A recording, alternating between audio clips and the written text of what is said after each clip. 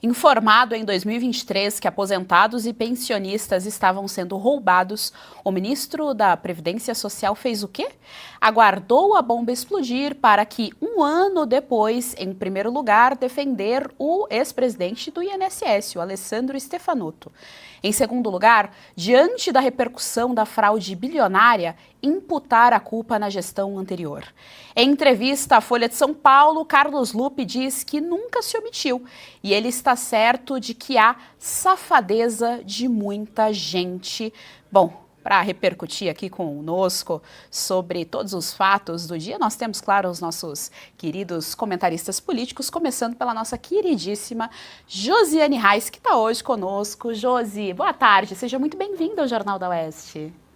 Boa tarde, Geisa, é sempre uma honra estar aqui contigo, com os nossos ouvintes, internautas que nos acompanham e que nos dão sempre aquele like carinhoso, não é mesmo, Geise?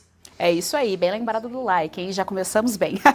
Olha só, Josi, a gente está então aí com mais esse escândalo de corrupção. Infelizmente não é uma surpresa, tendo em vista que é uma gestão petista, infelizmente, mas mais um escândalo de corrupção. Nós estamos na casa dos bilhões, Josi, 6 bilhões aí de rombo na Previdência. Engraçado, né, Geise? A gente está aqui noticiando, repetindo, mostrando o tamanho dessa corrupção, desse roubo, desse dano, desse prejuízo à população brasileira, porque não adianta falar que vai devolver de onde? Vai colocar a galera que roubou para devolver? Não vai. Vai tirar o quê? Do tesouro, do pagador de impostos? Né? Como sempre, é o pagador de impostos que paga por isso. E sabe o que é mais engraçado, Geise? O governo federal tá lá no Instagram dele dizendo: olha só, nós desmartelamos esse escândalo que começou em 2029, em 2019, 2022. O líder do PT na Câmara, Lindeberg Farias, também afirmou que os descontos explodiram no governo Bolsonaro, que é mentira. Aqui a gente não discute lado político, mas a gente mostra os dados. E agora o governo está com essa narrativa, né? E aí quando você olha para os dados divulgados por todas as investigações mostradas, os descontos eles explodiram em 2024. Só em 2023, o governo Lula teve 15 encontros com representantes dos sindicatos envolvidos nesse esquema de descontos ilegais, né?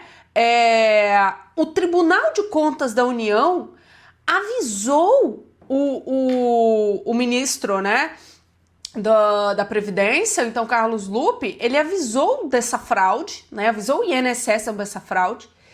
E agora, atualizado também, nós temos a ex-conselheira de um órgão gestor da Previdência que disse que avisou ao próprio Lupe sobre esse caso. Isso foi levado em ata, Geise, em reuniões da Previdência.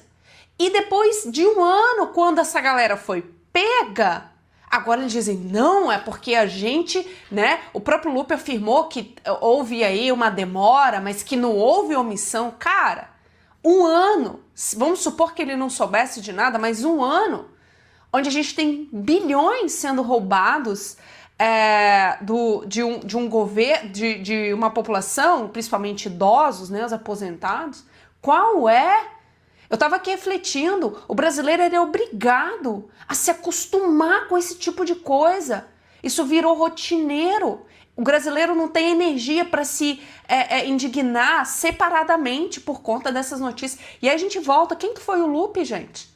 O Lupe foi derrubado lá no governo Dilma. Por quê? Por corrupção. Ele voltou. Ele mesmo afirmou que o PT roubava demais e se desgastou. Mas ele voltou, como diz o vice-presidente, né, a cena do crime. Ele também foi réu no Distrito Federal por usar dinheiro ilegalmente de ONGs, algo que também é super rotineiro no mundo do PT. E agora a esquerda lá no Congresso, na Câmara, está aí recuado, receoso, não, porque uma CPI sobre o INSS poderia manchar o governo Lula e a população. Olhem que piada. Eles estão preocupados com a população achar que o governo Lula está metido com corrupção. Eu acho que a gente vive uma mistura de piada e com tragédia rotineira. E pobre do brasileiro honesto que tem que gastar energia para ficar ouvindo esse tipo de atrocidade e pagar por essa conta.